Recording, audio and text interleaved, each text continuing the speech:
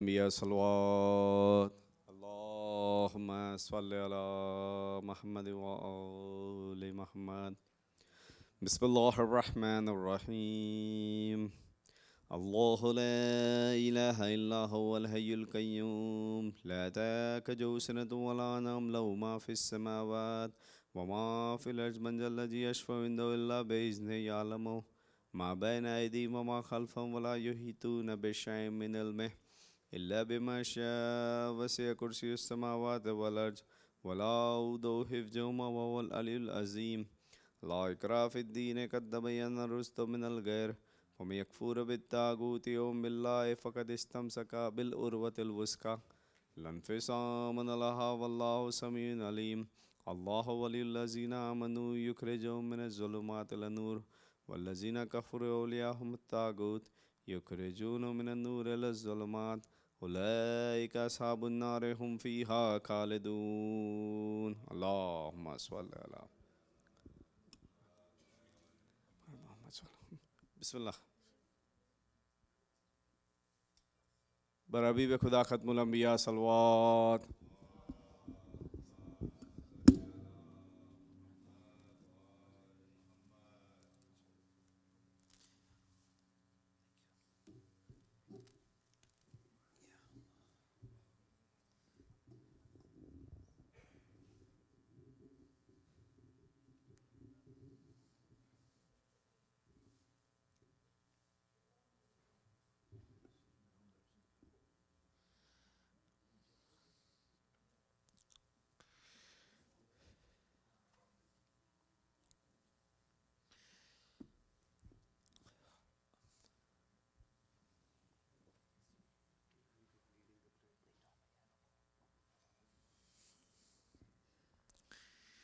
رحم الله من قرأ سورة المباركة الفاتحة.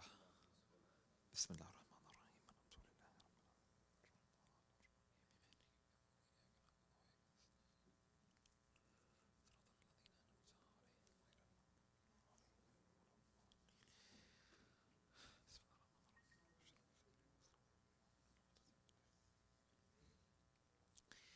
أعوذ بالله من الشيطان الرجيم.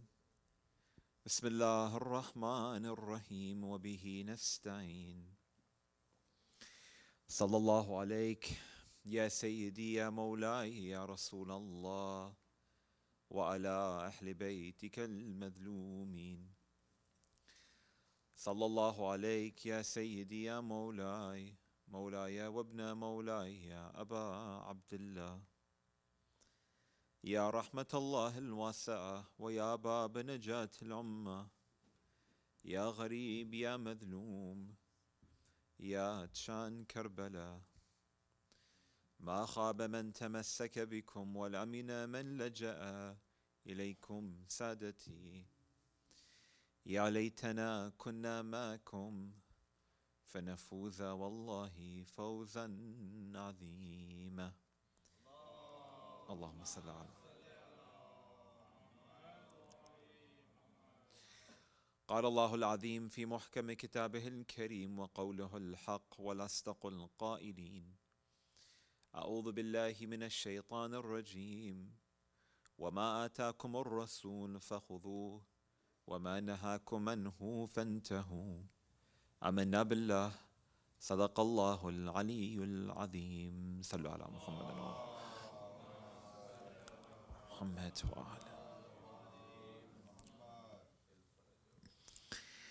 Undoubtedly, like every single one of us know, we have an incredible legacy that has been left behind for us by the Imams of Ahlul Bayt, peace and blessings be upon them.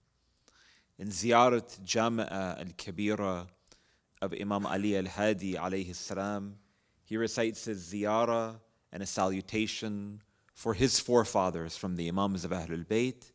In this beautiful salutation, amongst his lines, he states, وَيَا أَهْلَ بَيْتِ النُّبُوَّةِ كَلَامُكُمْ نُورٌ. And O family of the Prophet, your words are a light.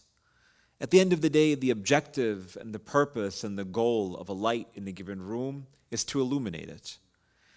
And when the Imam states that the words of Ahlul Bayt are a light, he's suggesting that their words are a light that illuminate these hearts of ours.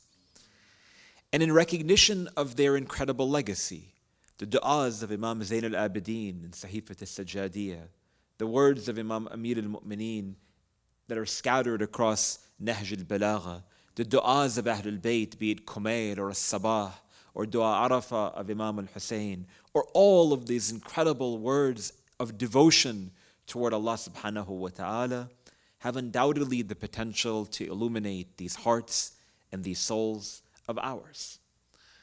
But for many people, they feel very intimidated when it comes toward reading or reflecting or studying the ahadith of the Prophet and his family, peace and blessings be upon them. For instance, some suggest that if I study the ahadith of Ahlul Bayt, I won't understand them, so why should I start? Others state that I don't want to study these words because, for instance, they may not be reliable. And a lot of times people just have a sense of intimidation when it comes towards studying the Islamic sciences, more generally speaking. Why? Probably because of the perception that we have about religion and about God and about the Prophet and about the Imams of Ahlul Bayt, more generally speaking. If I tell someone to picture God, what's the first image that comes to their mind except an angry God that's sitting on a throne in the sky, ready to punish anyone and everyone who commits an act of mistake or error or transgression? Our perception of the Lord of the worlds, who introduces himself as the most compassionate and the most merciful, is negative in and of itself. Our perception of the Prophet ﷺ from a very young age is that he's this very rigid, legalistic person who only teaches us halal and haram and nothing else. And as we get older and as we mature in our religiosity, in our relationship with faith, perhaps that position of how we perceive them, God, the Prophet, the Quran, and everything that is connected to them, may shift and may change. But it's so important for us to put forth all of our effort to allow for this perception, particularly of this legacy that they have left behind, to change, because if we allow for that intimidation to consistently dominate and hover over us, we won't have that desire to learn. We won't have a desire to grow. Generally speaking, we're a community that can probably do a little bit more in terms of increasing our religious literacy. We come to majalis like these ones for 2 months consistently. But if you ask people, generally speaking, what it is that they learned, they can probably tell you 2 or 3 or 4 things. But oftentimes it's forgotten. And that's okay. We come here for blessing. We come here for social interaction. We come here because we get good niyaz and tabarruk. All those are good reasons for us to come to the program. But at the end of the day, there's potential for us to do more if we exert ourselves and if we're focused and if we're diligent, again, provided we fulfill the ultimate and the primary prerequisite, which is to come to these gatherings to take benefit from these words, from this legacy, from this light of Muhammadin wa ali Muhammad. And so for today's discussion, insha'Allah ta'ala, particularly in light of these nights and days being the days in which we recollect the tragedy of Imam Hassan ibn Ali al-Askari, the 11th Imam of Ahlul Bayt, peace and blessings be upon him, I wanted to reflect upon how we can study hadith and how we can benefit from the legacy left behind by the Imams of Ahlul Bayt. And I wanted to tackle or reflect upon this subject in 3 dimensions. The first dimension in terms of understanding the history of the ahadith of Ahlul Bayt, peace and blessings be upon them. The second dimension in terms of understanding the importance of recognizing that the ahadith of Ahlul Bayt come from the Prophet of God sallallahu alaihi wasallam. And thirdly and finally, to answer the question of what are some of the benefits of studying the ahadith of Ahlul Bayt, peace and blessings be upon them. So let's jump right into dimension number 1. When it comes toward understanding the history of the ahadith or the traditions of the Prophet and his family, peace and blessings be upon them, the most important takeaway for us to actualize is that they went through an incredibly difficult and trying time for these words and these teachings to reach us today. And the best example of that is the 11th Imam of Ahlul Bayt. Imam Hassan al-Askari lives for a short number of years. And really beginning with Imam al-Kadhim, through Imam Ali al-Rida, every one of these Imams, al-Jawad and al-Hadi and al-Askari and undoubtedly Imam Sahib al-Zaman, every one of them had to do the best that they possibly could to allow for this legacy, this light that we have today in front of us, in codexes, in books, on apps on our phones, online with easy access, for it to reach us. And if it was not for their focus, and if it was not for their closest of confidants and companions, many a times who would secretly transmit these ahadith, we would not have what we have today. Look, we can come over here in gatherings like these ones, anywhere across this country, and have majlis for Imam al-Hussein, have majlis day after day, and no one will care, no one will have any concern. We do it with relative freedom, and the only thing that we have to sacrifice is some of our time, some of our money, some of our energy, and we come to the masjid and we're able to benefit. Back in that day, there were people who had to sacrifice their lives, their families' lives, their blood, their wealth, their property, everything, just so they could learn from the ahadith of Ahlul Bayt alayhim salam. Let me give you a couple of quick examples. First off, when it came toward these initial transmissions of these words of Ahlul Bayt, peace and blessings be upon them, we see that Imam Amir al-Mu'mineen, he had a close number of confidants in those initial 25 years when he had been isolated from the Khilafah, that he would preach the ahadith, the commentary of the Quran, the words that he learned from the Messenger of God sallallahu alaihi wasallam, he would be able to communicate it to a small group of his contemporaries and confidants. You fast forward, Imam al-Hassan does the same, Imam al-Hussein does the same, Imam Zayd al-Abidin does the same. It's very difficult for them to engage in very large public gatherings. But as the intensity of the political apparatus of the Umayyads and later the Abbasids had a closer and more vigilant eye over the Imams of Ahlul Bayt, that pressure became even more strict and even more trying and even more difficult. So what would happen? Imam al-Baqir, for instance, alayhi salam, he would meet people during Hajj. During Hajj, there's so many people. There's so much commotion taking place. If you've been, you know there's people from everywhere across the world. If you sit and talk to someone about anything, no one will have any idea because of how much is going on with the number of people who are so overwhelmed by being in the holy city of Mecca, for instance. So Imam al-Baqir alayhi salam, Imam al-Sadiq, they would transmit a lot of their teachings. They would answer questions of people who are coming from all across the entirety of the Muslim world just so they can visit the Imam alayhi salam, so they could ask him the most basic of fiqh questions because they didn't have access to that otherwise. So Imams al-Baqir, al-Sadiq, they would say, for instance, I'm based in Medina. If you're in Kufa, go ask person X. If you're in Baghdad, ask person Y. If you are in Mecca, ask person Z. And they would appoint some of their closest of students toward being individuals who were doors from amongst the doors of the Imams of Ahlul Bayt. If you're looking for me and you don't have access to me, go and ask one of these people.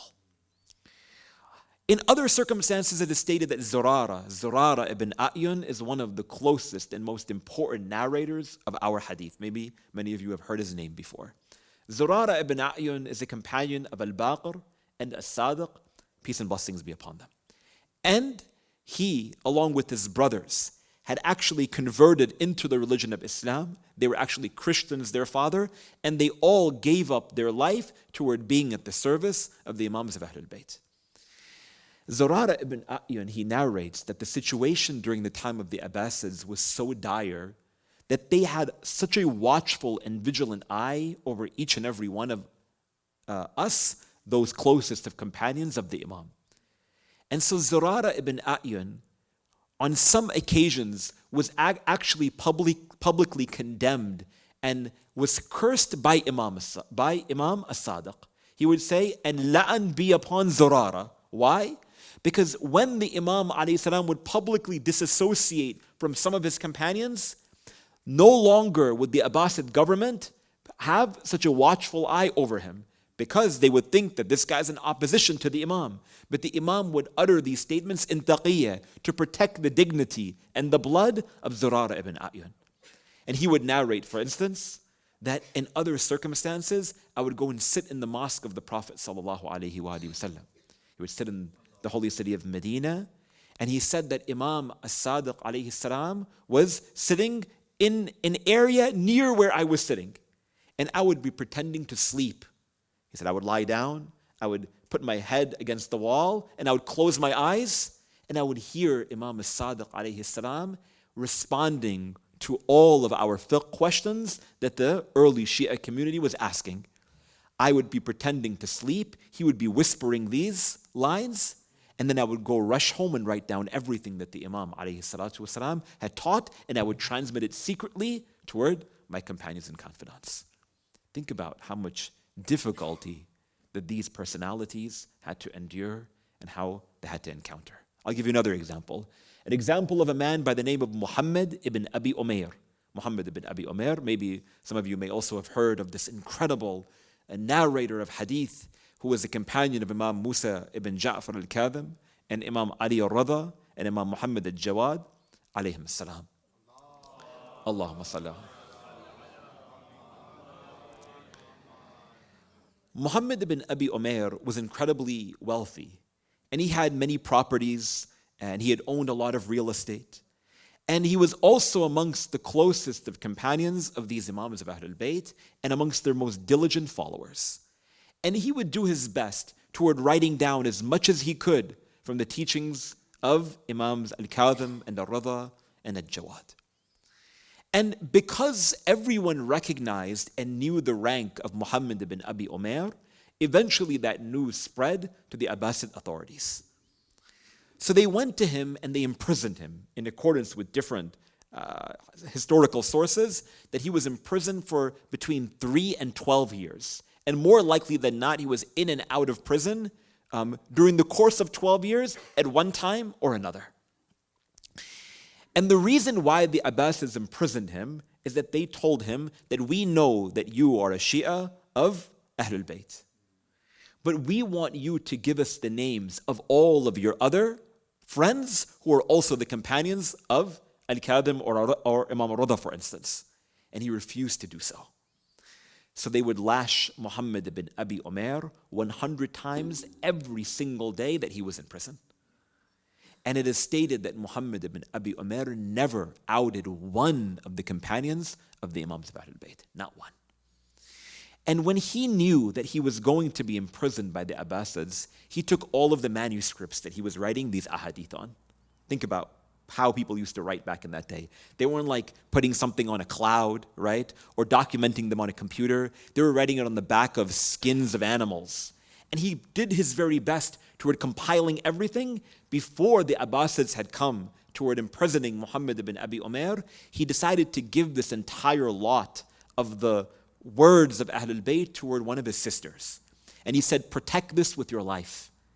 And in fear that the Abbasids might come to her home, she decided to go under her home, and she dug a hole and she buried all of these words of Ahlul Bayt under her home just to protect it from the Abbasid authorities. And what was it? The laws of wudu and the laws of prayers. But people had a fear of that which Ahlul Bayt had. And why? For one primary reason, that it would shake up the hegemony of those who had a different ideology to Ahlul Bayt. It is stated that when Muhammad ibn Abi Umair eventually was released from prison, where does he go first? He goes straight to the home of his sister. He undigs that hole, and he realized that a lot of that which he had written down and had been transmitted to him by the Imams of Ahlul Bayt had unfortunately got damaged naturally over the course of years, water, rain, so on and so forth, and a lot of it had gotten damaged. So Muhammad ibn Abi Umair, for the rest of his life, did his very best to procure as much as he could just so he could teach the other Shia of Ahlul Bayt what it is that he learned from the Imams. What I'm trying to demonstrate to you all, my friends, is just how dire the situation was for so many of these closest of companions and confidants. And the Imams of Ahlul Bayt would adore them, and they would love them, and they would speak of them with the highest of value because they realized that the effort that these companions are putting in today it's going to allow for ramification after ramification and for legacy to pass down generation after generation, so we can gather in majalis, in gatherings like these ones, to recollect the ahadith of Ahlul Bayt alayhim salatu wassalam. And that brings me then toward the second dimension of the discussion. To recognize that these words undoubtedly stem from the light of the Prophet Muhammad sallallahu alayhi wa alihi wasallam. Because Allahumma salli ala.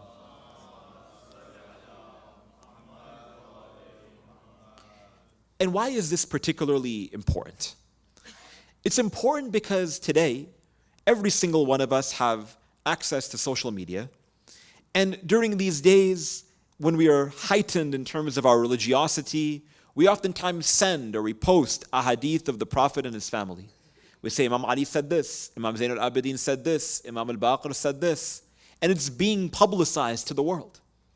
And a lot of times people will come back and they will state, why are you always quoting your imams? Why don't you quote the Prophet sallallahu alaihi wasallam? People ask me this all the time. Young people ask me this all the time. Why do we always quote Imam al-Baqir? Why do we quote Imam al-Sadiq? Why do we not quote Rasulullah Muhammad sallallahu alaihi wasallam?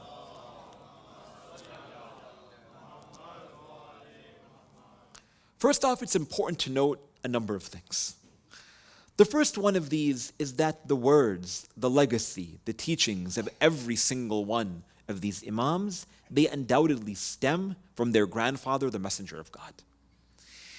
And these companions of these imams, they sought toward compiling as much as they could with regards toward various subjects in aqa'id, in matters of Islamic law, questions around theology, anything that they had interest in, and anything that they could derive from their gatherings, from their sittings, from their conversations, from their lessons in the presence of Ahlul Bayt.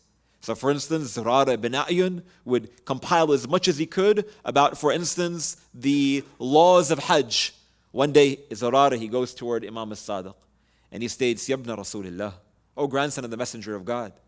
He said, I have been studying the laws of Hajj with you and your dad, Imam al-Baqir, for the last 40 years. When are we going to finish? Time is up. Give us something new. When are we going to start studying things that are more interesting? The laws of marriage, the laws of divorce. Let's start a new subject. To which the Imam alayhi salatu wasalam, he states, Zurara, you want me to stop teaching you the laws of Hajj when people, including our grandfather, Nabiullah Adam, has been circumambulating the holy Kaaba since the earliest days of creation, and you want me to finish within 40 years? In other words, what? You need to remain focused. You need to be diligent. Islamic law requires dedication. Over here you have other, for instance, companions of the Imams of Ahlul Bayt like Hisham ibn al-Hakam, who is a companion of Imam al-Kadhim. For instance, he himself would learn from the Imam, and he would document, for instance, the position of imamate. A lot of that which we have in polemical debates around the position of the Imams of Ahlul Bayt. How do we respond toward other groups who dismiss the Imams? They would learn that from Imam al-Sadiq, Imam al-Kadhim, so on and so forth. But specifically going back toward answering this question, we see that each and every one of these companions, they had a particular task. And they would codify to the best that they possibly could various subjects in Islamic theology, Islamic law, so on and so forth. But this particular question of why do you narrate al-Baqir, al-Sadiq, and not from Rasulullah was also posed toward them, the Imams of Ahlul Bayt themselves. And I wanted to share with you two hadith that speak to this. A hadith in Kitab al-Kafi, narrated of course by Shaykh al-Kulayni. It stated that one day a man, he comes toward Imam al-Sadiq alayhi salatu wasalam, and he states, Yabna Rasulillah, O grandson of the Messenger of God, you always say things with such certainty. How do we know that that's also what the Prophet sallallahu alayhi wa sallam believed? To which he looks down and then he looks up. And he states, Hadithi, hadithu abi. My words are the words of my father. Wa hadithu abi, hadithu jaddi. And the words of my father are the words of my grandfather. The words of my words are the words of Muhammad al-Baqir. And Muhammad al-Baqir's words are Ali ibn al-Husayn Zain al-Abidin's. Wa hadithu jaddi, hadithu al-Husayn. And the words of my grandfather are the words of Al-Hussein. وَحَدِيثُ الْحُسَيْنِ حَدِيثُ الْحَسَنِ. And the hadith of Imam al-Hussein are the words of Imam al-Hasan. وَحَدِيثُ الْحَسَنِ حَدِيثُ أَمِيرِ الْمُؤْمِنِينَ. They come from Imam Amir al-Mu'mineen. وَحَدِيثُ أَمِيرِ الْمُؤْمِنِينَ حَدِيث رَسُولَ اللَّهِ. Meaning, I don't just come and I give you my own takes and my own opinions. These words, I heard it from my father, who heard it from his father, who heard it from his father, who heard it from his father, who heard it from his father, who heard it from his brother, the messenger of God, sallallahu alayhi wa alihi wa sallam, wa hadith Rasulullah, sallallahu alayhi wa alihi wa sallam, qawlullah. And the words of the messenger of God are the words of Allah subhanahu wa ta'ala. When we say Al-Baqir says this, it means that Rasulullah says this. And when the Rasulullah says something, it's the word of Allah subhanahu wa ta'ala. وَمَا آتَاكُمُ الرَّسُولُ فَخُذُوهُ. Which is why Allah subhanahu wa ta'ala states within the Holy Quran, and that which the Prophet has given you, you take it. وَمَا نَهَاكُمْ أَنْهُ فَانْتَهُ. And that which the Messenger of God has told you to stay away from, stay away from it. In another hadith, narrated in Basair al-Darajat, from Imam Muhammad ibn Ali al-Baqir alayhi salam, he states, Ya Jabir, he tells one of his companions, لو كنا نحدثكم برأينا لكنا من الهالكين. If we taught you that which was in accordance with our own opinions, we would have perished ourselves. ولكن نحدثكم بأحاديث نكنزها عن رسول الله. Listen to the words, and it will tell us exactly how much effort that they put in toward preserving this legacy for us. ولكن نحدثكم بأحاديث نكنزها عن رسول الله صلى الله عليه وآله وسلم كما يكنز هؤلاء ذهبهم وفضتهم. He states that if we were to narrate to you our own opinions, we ourselves would have perished. But rather we narrate to you the words of our grandfather, Rasulullah sallallahu alayhi wa sallam, for we protect them, meaning generation to generation, from Messenger of God to Ali, to Hassan, to Hussein, to Zain al-Abidin, to Al-Baqir, to As-Sadiq, and going down the line, we protect it and we treasure it.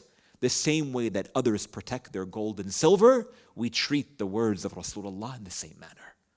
I say all of this for one primary reason, my friends. Do we do the same? Do we do the same? We have the potential.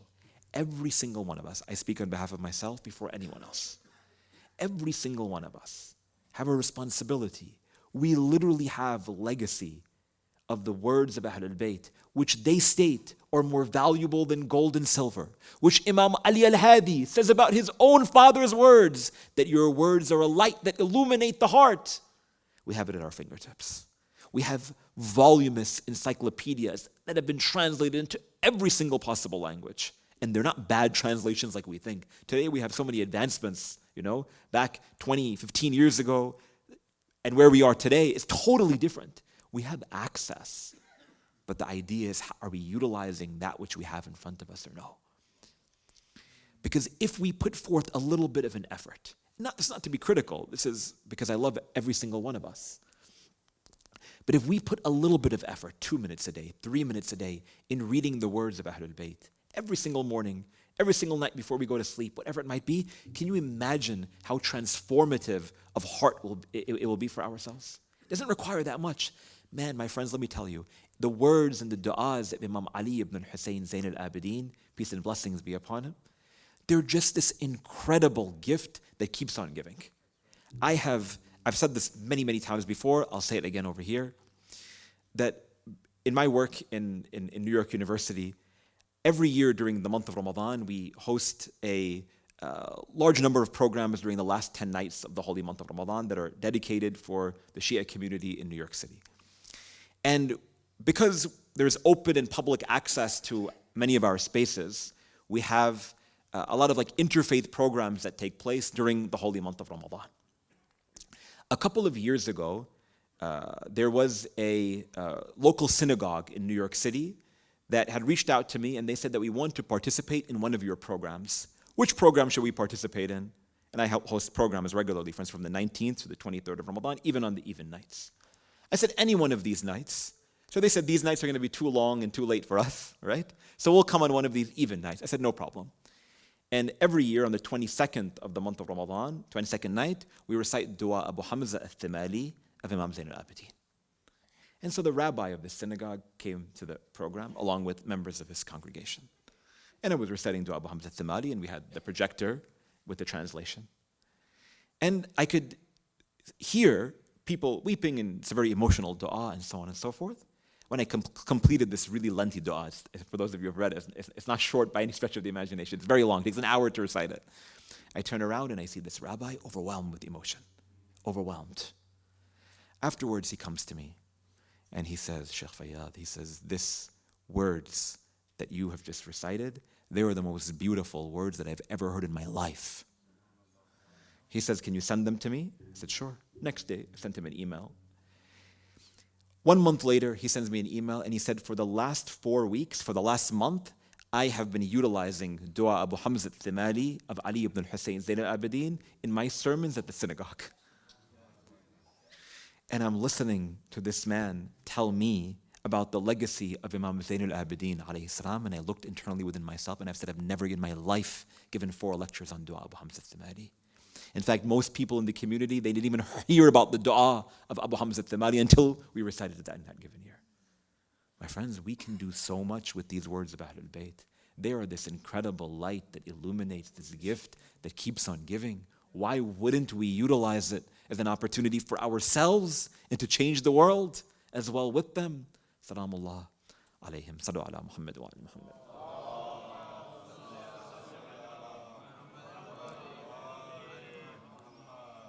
And this brings me then toward the final dimension of the discussion. We recognize the history of the ahadith of Ahlul Bayt. We recognize the value of the ahadith of Ahlul Bayt. What are the benefits of reading these hadith of Ahlul Bayt alayhim salam? I will give you 2, and then inshallah we'll conclude. The first one, the first benefit of reading and studying the ahadith of Ahlul Bayt, peace and blessings be upon them. You open up, for instance, Kitab al-Kafi of Al-Kulayni, which again has been translated in the English language. You open up a book like Ilal al-Shara'a of Shaykh al-Saduq. You open up a book like Ma'ani al-Akhbar, Kamal al-Din of Shaykh al-Saduq. These incredible words of tradition of Muhammad and wa ali Muhammad. What are the benefits of reading and studying and spending time with them? Number 1, the first benefit of studying the ahadith of Ahlul Bayt is that you learn the value of the one who is speaking it. Imam Ali al-Rida, he says in a hadith, he says, لَوْ عَرَفُوا مَهَاسِنْ كَلَامِنَا لَاتَّبَعُونَا. That if they knew the value of our words, they would have followed us. وَلَحَبُّونَا. And they would have loved us. Anyone who hears the words that come from their tongues, why wouldn't you fall in love with them? Peace and blessings be upon them. If we're looking for an excuse, if we're looking to poke a hole in our religion, I do this all the time, we should do our very best to be as diligent as possible. By God, you can't find a more eloquent description of Allah subhanahu wa ta'ala better than the way that Amir al-Mu'mineen describes God in the first sermon narrated within Nahj al-Balagha. You can't find something more devotional than these words of Imam Zain al-Abidin in Dua Abu Hamza al-Thimali. You can't find words where you're seeking forgiveness from God more beautiful, more eloquent, more moving than Dua Kumair, which we take for granted. When we study the words of Ahlul Bayt, in reality we are uncovering exactly who they are. And once we know who they are, why would I want to go anywhere else? Why? Because they are the line of purity after purity. And their words dictate and demonstrate that to us in its most beautiful manifestation. And the second benefit of studying the ahadith of Ahlul Bayt alayhim salam is that it totally changes our approach and our understanding of God and of ourselves and of our community. I want to give you some examples. Example number 1 is a hadith narrated from Kitab al-Kafi from Imam al-Sadiq alayhi salatu wassalam. Allahumma salli ala.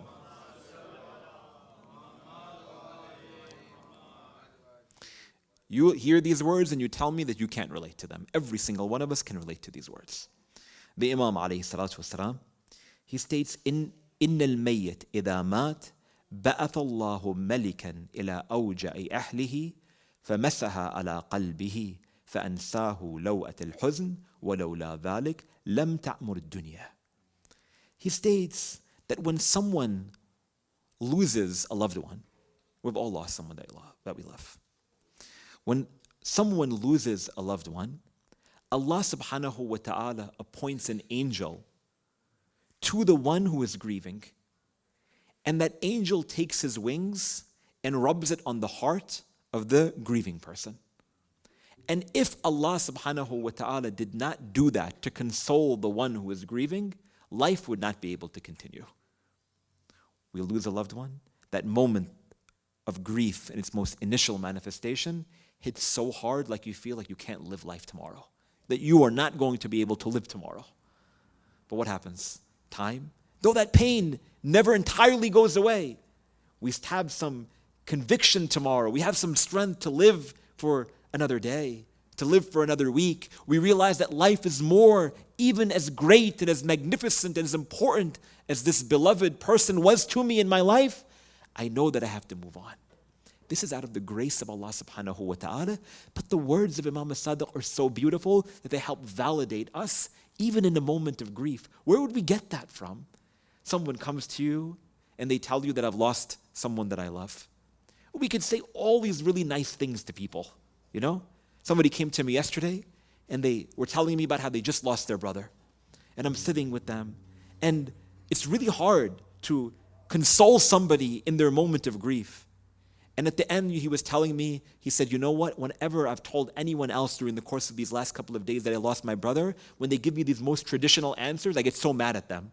May you be patient. May Allah give him power. I don't want to hear those things. I want you to tell me something that's going to offer me console. I don't want to worry about mercy. I don't want to worry about those things right now.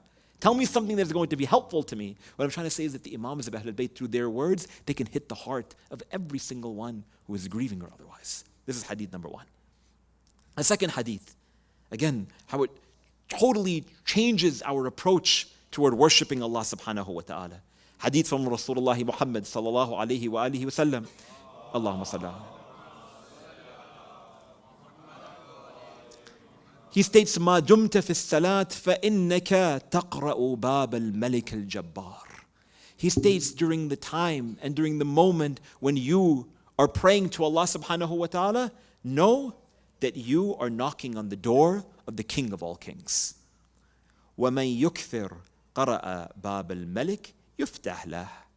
And when you keep on knocking, meaning the more that you pray, you are knocking on the door of Allah subhanahu wa ta'ala. The more that you pray, the more that you knock. And the more that you knock, the more that the potential for the door to open. What I'm trying to say is that the imagery, the language, the metaphors applied by the Imams of Ahlul Bayt, they totally transition our approach. And imagine you're thinking about that right before we're engaged in prayer. When I'm in ruku, in sujood, in qiyam, in qunut, in tashahud, in salam, I'm thinking about knocking upon the door of Allah subhanahu wa ta'ala. And in a few moments, God's going to open His majestic kingdom for me.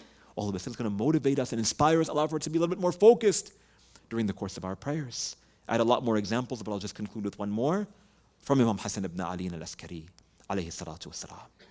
He states, أوصيكم بتقوى الله والورع في دينكم والاجتهاد لله وصدق الحديث. The Imam alayhi salatu wassalam is giving these general pieces of advices. He states, I'm advising you, O my Shia, to have taqwa in Allah, to be truthful with your words, to return back trusts, to be diligent in your approach and in your understanding to Allah subhanahu wa ta'ala, until he states this. Hear me out.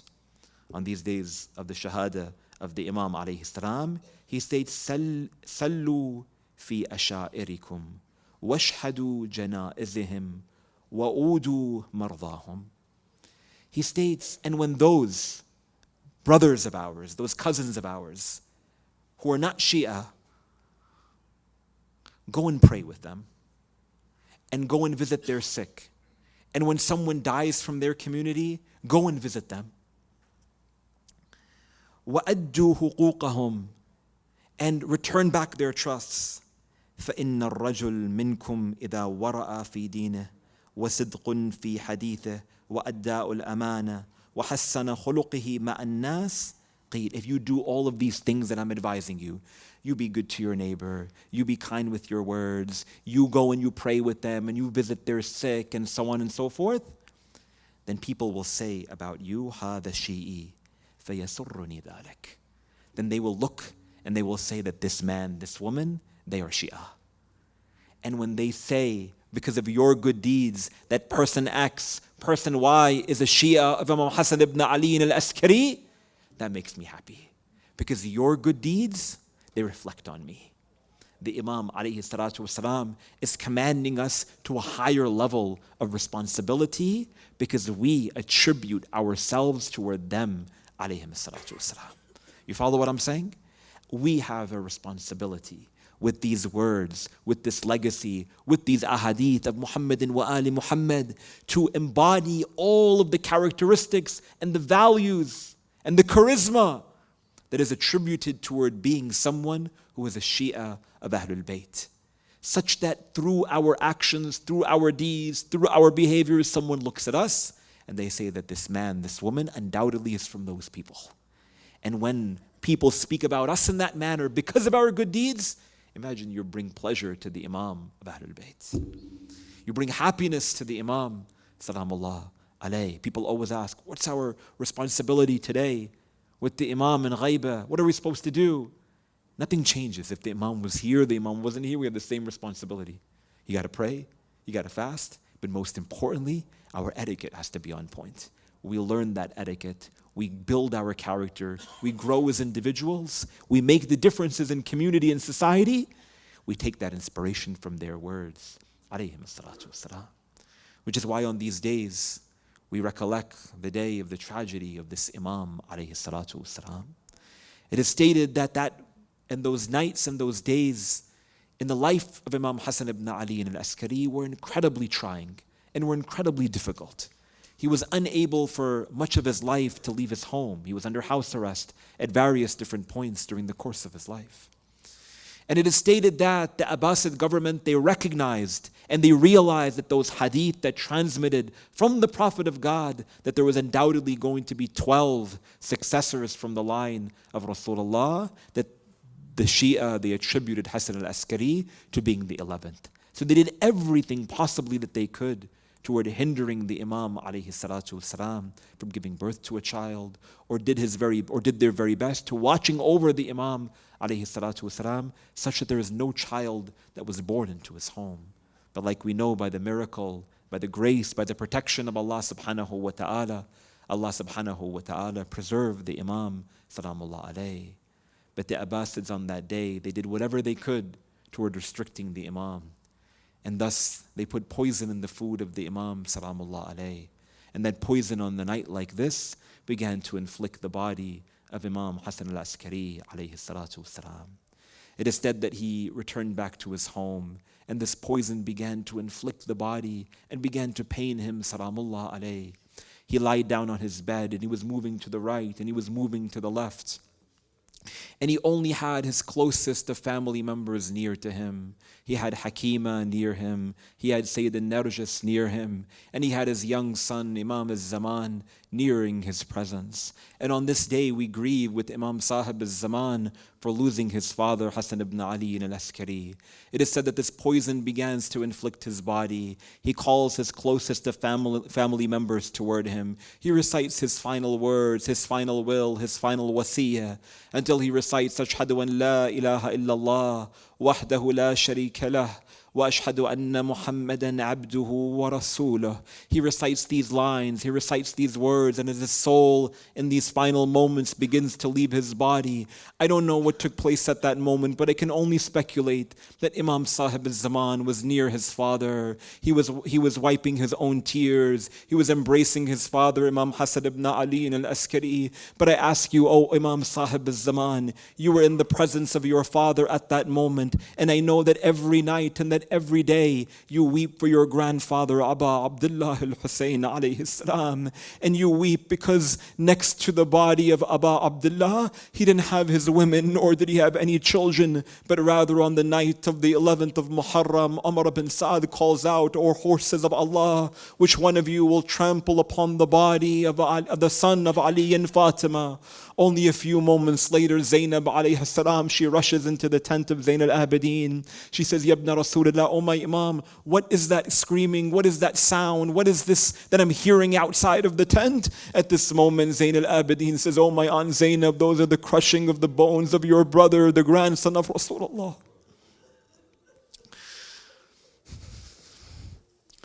Ala la'natullah ala al-qawm al-zalimin. Inna lillahi wa inna ilayhi raji'un. We raise our hands to Allah subhanahu wa ta'ala. We ask Allah subhanahu wa ta'ala with the grief in our heart and tears in our eyes to grant us a life that resembles the life of Muhammad wa ali Muhammad, and a death that resembles the death of Muhammad wa ali Muhammad. We ask Allah subhanahu wa ta'ala to hasten the reappearance of the Imam of our time, Imam al-Mahdi, Ajjalallahu ta'ala farajah. We ask Allah subhanahu wa ta'ala to give us the ability to illuminate these lights, these words, this legacy of the ahadith of Ahlul Bayt, برحمتك يا أرحم الراحمين. وصل اللهم على محمد وآله الطاهرين. If we could ask you all please to recite one recitation of Surah Al-Mubarakat Al-Fatiha, but before that one salawat ala Muhammadin wa ali Muhammad.